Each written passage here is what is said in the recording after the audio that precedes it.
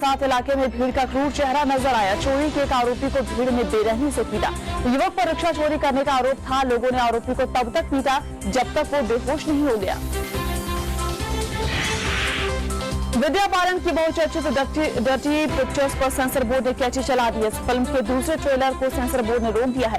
साथ ही फिल्म में विद्या और नसीरुद्दीन शाह के बीच शूट हुए कई गर्मागर्म सीन को काट छाट दिया है। बोर्ड की दलील है कि ट्रेलर काफी उत्तेजक है और इसे बिना ए सर्टिफिकेट के थिएटर या टेलीविजन पर नहीं दिखाया जा सकता। और फिल्म अभिनेत्री कंगना रनावत को Aamby Valley India bridal week का नया ब्रांड एम्बेसडर बनाया गया है। इंडिया ब्राइडल वीक 23 सितंबर से शुरू होगा। इस बार शो में फाल्गुनी, नीता अरोड़ा, तरुण टहलियानी और विक्रम फर्नांडिस जैसे नामी गिरामी डिजाइनर्स अपना कलेक्शन पेश करेंगे।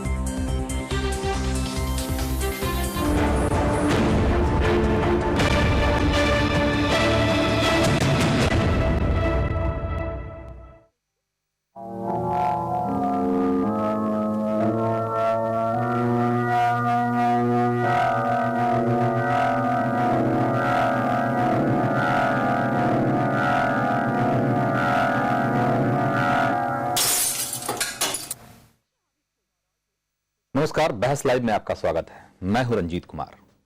बिहार में जब से सरकार आई है, तब से नई सरकार आई है, तब से सुशासन के नारे तेजी से बुलंद हो रहे हैं। लेकिन अगर सिर्फ नारों से तस्वीर बदलनी होती तो अब तक हालात कुछ और होते, और बल्कि यूं कहें कि भुक्खन मांझी जैसे लोग बिहार में नहीं होते। जी हां, भुक्खन मांझी यानी कि वो शख्स जिसका परिवार पिछले 5 सालों से अपने ही गांव में काले पानी की सजा भुगत रहा है। 5 सालों से कभी वो बूंद बूंद पानी के लिए तरसता है तो कभी उसके बच्चे एक अदद दोस्त के लिए। जान भी जाती है तो भी दुक्खन की मदद के लिए उस गांव में कोई नहीं आता, क्योंकि दुक्खन के खिलाफ दबंगों ने जारी कर रखा है तालिबानी फरमान। बिहार में इस परिवार का दर्द और तकलीफें 5 सालों से 10 जस की तस है। क्यों नहीं मिल रहा उसे इंसाफ? इस पर महुआ न्यूज आज एक बड़ी बहस की शुरुआत करने जा रहा है। लेकिन पहले ये रिपोर्ट। भुक्कन मांझी के परिवार ने जीते जी पिछले 5 सालों में जिस नरक को भोगा है वो अब भी सामने नहीं आता अगर तकलीफ हद से बाहर नहीं हो गई होती। इस परिवार से न तो कोई बात करता है और न ही जरूरत पड़ने पर कोई इसकी मदद करता है। गांव में रहकर भी 5 सालों से ये परिवार जैसे खुली जेल में सजा काट रहा है, और ये सजा दी है गांव के कुछ दबंगों ने, जिसे इन्होंने रंगदारी टैक्स देने से इनकार कर दिया था। भुक्कन मांझी के 2 बेटे दिल्ली में काम करते हैं, इसीलिए गांव के दबंग इससे अक्सर रंगदारी मांगते रहते हैं। एक बार 5000 रुपए दिए भी, लेकिन मांग बढ़ती गई, और जब इन्होंने 20,000 रुपए रंगदारी नहीं दिए तो इनका हुक्का पानी बंद कर दिया गया। नतीजा यह कि घर का हैंडपंप खराब हो गया तो ये बूंद बूंद को तरस गए, और उस तकलीफ की कहानी हमारे कैमरे में भी कैद है।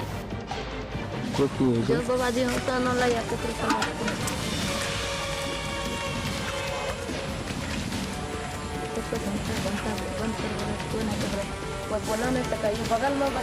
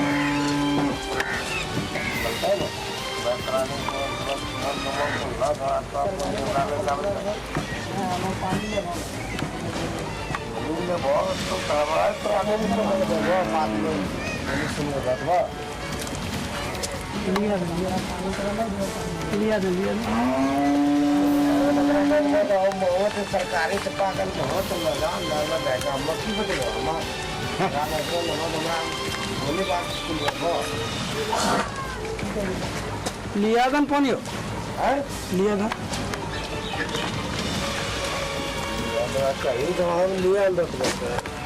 लिया मेरे बात में वैसे हमरा भरा दे इतना आदमी है जो त्राग लोग सब बोलना चले हमारा जो लोग पुलिस लम्बा गरम पड़ गए बोलो सब लोग बार पाटिल के घुरा देंगे तो बंदा बर्दाश्त कौन होती है यार वो तक कोई ना बाहर में कच्चा सरकार के पागल करा तब है ना तब बाकी कोई हमारा तो दिखाएंगे नहीं सर हम अपना बंदा बहुत गलती से ही करना तो जुर्माना मिलना चाहिए और आप तो हमारा हम पुलिस है नेक्स्ट तरह नहीं करता है बात करने भरेली पुलिस में सब बड़ा बात करेंगे ओके जो सब बड़ा बात कहते हैं आरो तरह तप्पा कर लेना हमारा कम दिखा दो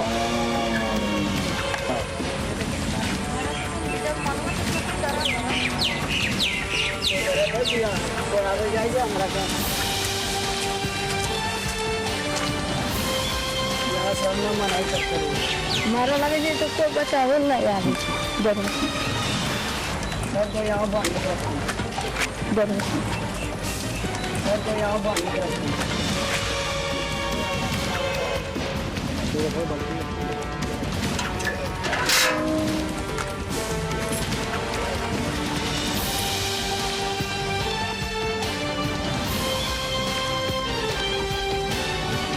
दूर दराज के गांव में पूरे समाज से काटकर अलग कर दिए जाने की पीड़ा क्या होती है, इसका अंदाजा लगाना आसान नहीं। भुक्कन की बीवी कहती है कि एक बार उसकी बेटी बीमार पड़ गई तो किसी ने उसे अस्पताल पहुंचाने में भी मदद नहीं की। दुकान से राशन पानी बंद है।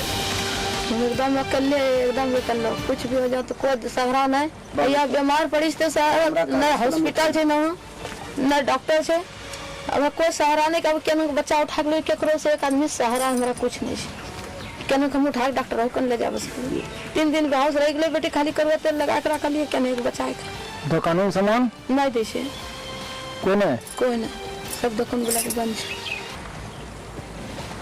धान कुटावे रे नहीं निकल डर लग जाए बाहर नहीं निकला पड़े डर दोनों बच्चा हम कनो कर रख दोनों बच्चा कनो पस केनो पड़े बे बेटी जाची के बाहर निकले जे धमका दे रहा है चकरो धमका दे रहा है कनो की करबे कनो रे गांव पूरे गांव से अलग थलग जिंदगी गुजार रहे भुक्कन के बच्चों का बचपन कैसा होगा, इसका अंदाजा इस बात से लगाइए कि डर से कोई लड़की रीना के साथ खेलती नहीं और अकेले रीना को स्कूल जाने में डर लगता है। भुक्कन माझी बांका के बाबरपुर गांव में अकेला महादलित परिवार है और पिछले 5 सालों से एक खौफनाक जिंदगी जीने को मजबूर है। कई बार प्रशासन और पुलिस के पास गुहार भी लगाई गई। जब कहीं सुनवाई नहीं हुई तो आखिरकार ये बांका एसपी के जनता दरबार में पहुंचे थे। अब अधिकारी मामले की जांच की बात कह रहे हैं। भुक्कन की अर्जियां इस दफ्तर से उस दफ्तर में चक्कर काट रही हैं। इंसाफ कब मिलेगा कहना मुश्किल है। जी हां, तो 5 साल गुजर गए, इंसाफ कब मिलेगा कहना मुश्किल है। 5 साल से परिवार अपने ही गांव में एक तरीके से काले पानी की सजा काट रहा है। इस परिवार के बच्चों से उस गांव का कोई बच्चा बात नहीं करता। हमेशा खौफ में जीता है परिवार कि पता नहीं दबंग क्या कर डाले। हमारे साथ आखिर 5 सालों से इस परिवार को क्यों इंसाफ नहीं मिल रहा, प्रशासन, पुलिस सब जगह दरवाजा खटखटा आए हैं, सब जगह गुहार लगाए हैं, बावजूद इसके ये परिवार क्यों इंसाफ के लिए आज भी ठोकरें खा रहा है, ये बड़ा सवाल है। उस राज्य में जहां की सुशासन की सरकार है, ऐसा दावा किया जाता है, जहां ये नारे बुलंद किए जाते हैं कि यहां कितने अपराधियों को, जहां इन आंकड़ों के जरिए बताने की कोशिश की जाती है कि पिछले 5-6 सालों में कितने अपराधियों को उन्होंने जेल की हवा खिलाई है, और अब तमाम आंकड़ों के जरिए जहां विकास के नारे बुलंद किए जाते हैं। हमारे साथ इस बारे में चर्चा करने के लिए हमारे साथ दिल्ली स्टूडियो में कुछ खास मेहमान हैं, पटना में भी हैं। दिल्ली स्टूडियो में हमारे साथ उस परिवार के सबसे बड़े बेटे बच्चन कुमार हैं, उदित राज हैं, जो दलितों से जुड़े जो मसले हैं उस पर आवाज बुलंद करने के लिए हमेशा सुर्खियों में रहते हैं, मशहूर हैं, और सोशल एक्टिविस्ट हैं, सामाजिक कार्यकर्ता हैं वंदना राय। पटना स्टूडियो से भी हमारे साथ 2 खास मेहमान जुड़ रहे हैं। सुरेश पासवान हैं, आरजेडी नेता हैं, और विनय कंठ हैं जो कि सामाजिक कार्यकर्ता हैं। हम सबके पास बारी बारी से चलेंगे। हम अपने दर्शकों से भी आग्रह करते हैं, उनसे भी हमारी गुजारिश है कि आप भी इस बहस में हिस्सा लीजिए। आप हमें फोन करके अपनी बात, अपनी राय रख सकते हैं, इस पर अपनी प्रतिक्रिया दे सकते हैं कि आखिर एक गांव में पिछले 5 सालों से एक परिवार क्यों इस तरीके से एक सजा भुगत रहा है, क्यों उसे इंसाफ नहीं मिल रहा है। सबसे पहले हम बात करेंगे, हमारे साथ बच्चन जी हैं। बच्चन जी, पिछले 5 सालों से ये सिलसिला चल रहा है। हाँ जी, बिल्कुल। क्या भुगतना पड़ता है, किस तरीके से वो आपको प्रताड़ित करने की कोशिश करते हैं? पानी नहीं किसी को नहीं देते। अगर पानी हमारा हैंडपंप खराब हो जाए तो दूसरे गांव से पानी लाते पीने के लिए। दूसरे गांव मतलब कितना दूर है दूसरा गांव? 1 किलोमीटर से ज्यादा है। पीने का पानी भी जाकर के वहां से लाना पड़ता है, और नहाने धोने का वहीं पे। तो और अगर बाकी और कोई जरूरत हो, राशन पानी इस तरह की चीजें कुछ नहीं मिलता है गाँव से, कुछ नहीं मिलता। नहीं। कभी किसी तरह की जरूरत हो, बीमारी कुछ नहीं। रात मेरी बहन बीमार है, करीब 4-5 दिन से दवा लेने नहीं जा पाते किसी गाँव में। जाते दूसरे गाँव का टाइम हो जाने का, ठीक है, नहीं ऐसे पड़े रहते हैं। गाँव में जाते हैं तो क्या कहते हैं लोग? गाँव में निकल नहीं देते किसी यहाँ, तुम जा नहीं सकते किसी यहाँ, दरवाजे पे खड़े हो जाते हैं आके, दरवाजे पे खड़े हो जाते हैं। हाँ, किसी यहाँ नहीं जाने देंगे। अगर मेरी फसल मर गई, किसी से कहते हैं मशीन से पानी दे दो हमारी फसल में, कहते जो पानी दोगे उससे लगाएंगे जुर्माना 20,000। अच्छा, उसको भी जाते जाते अलग कर देंगे। तो डर से कोई नहीं देता पानी। तो कितने साल से खेती नहीं हो रही है? खेती पिछले साल यानी कि इससे 1 साल और पीछे बारिश के पानी से जितनी फसल होने उसकी आधी हुई, बारिश बंद हो गई, फसल मर गई, जितनी होने उसकी आधी हुई, आधी फसल खत्म हो गई। अगर कोई आपकी मदद कर देगा तो क्या होगा वहाँ? अगर कोई मदद करने के बाद तो दूर, अगर हमसे बात भी कोई करे तो उसको जाके मारना पीटना शुरू कर देते हैं। आपके साथ भी मारपीट हुई? हाँ, इनके साथ भी मारपीट हुई। क्या कुछ हुआ, एक तो सच पूछिए तो तकलीफों का एक लंबा सिलसिला है। भुक्खन मांझी का परिवार जिससे कि रूबरू है, पिछले 5 सालों से इससे लगातार इसे झेल रहा है, इसे भुगत रहा है। इस परिवार की पीड़ा और क्या क्या है, तकलीफें और क्या क्या है, इस बारे में हम चर्चा करते रहेंगे। लेकिन हम अभी, हमारे साथ उदित राज भी हैं, यहाँ जुड़े हुए बन्ना राय भी हैं।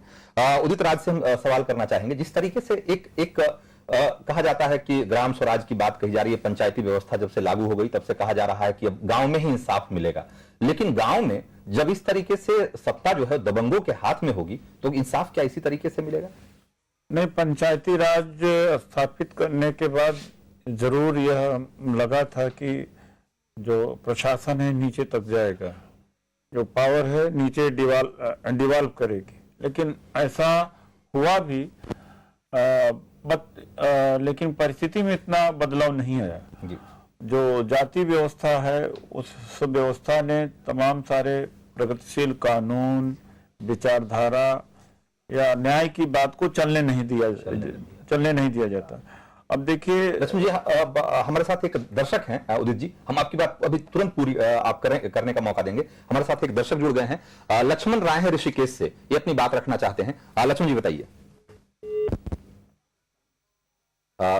जी, आप अपनी बात जारी रखें।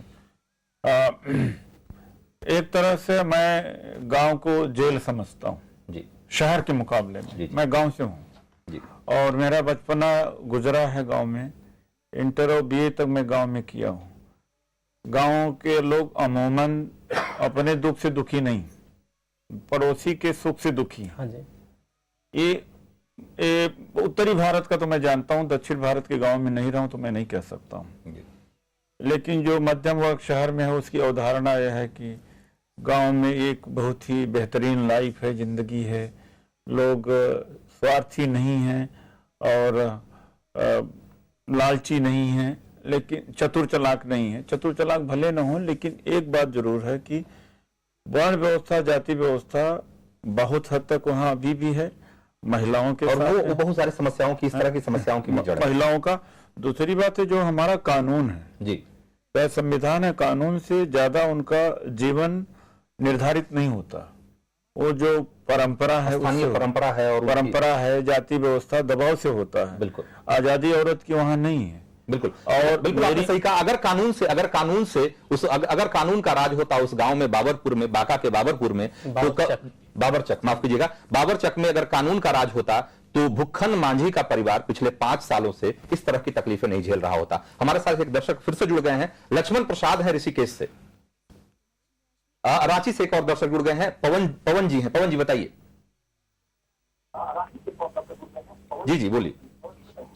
हाँ सर नमस्कार, उदित राज जी से सवाल पूछना चाहता हूँ। जी ऐसा है सर कि ये जी जी जी नमस्कार सर। हाँ नमस्कार नमस्कार। हाँ ऐसा है सर कि सामाजिक न्याय की बात करते हैं हम लोग, और ये सामाजिक न्याय किस तरह से फलीभूत होगी जब इस तरह के कार्य पूरे देश में होंगे। और आप चूंकि SC का प्रतिनिधित्व करते हैं, आप बताइए सामाजिक न्याय अधिकारिता की क्या बात होगी।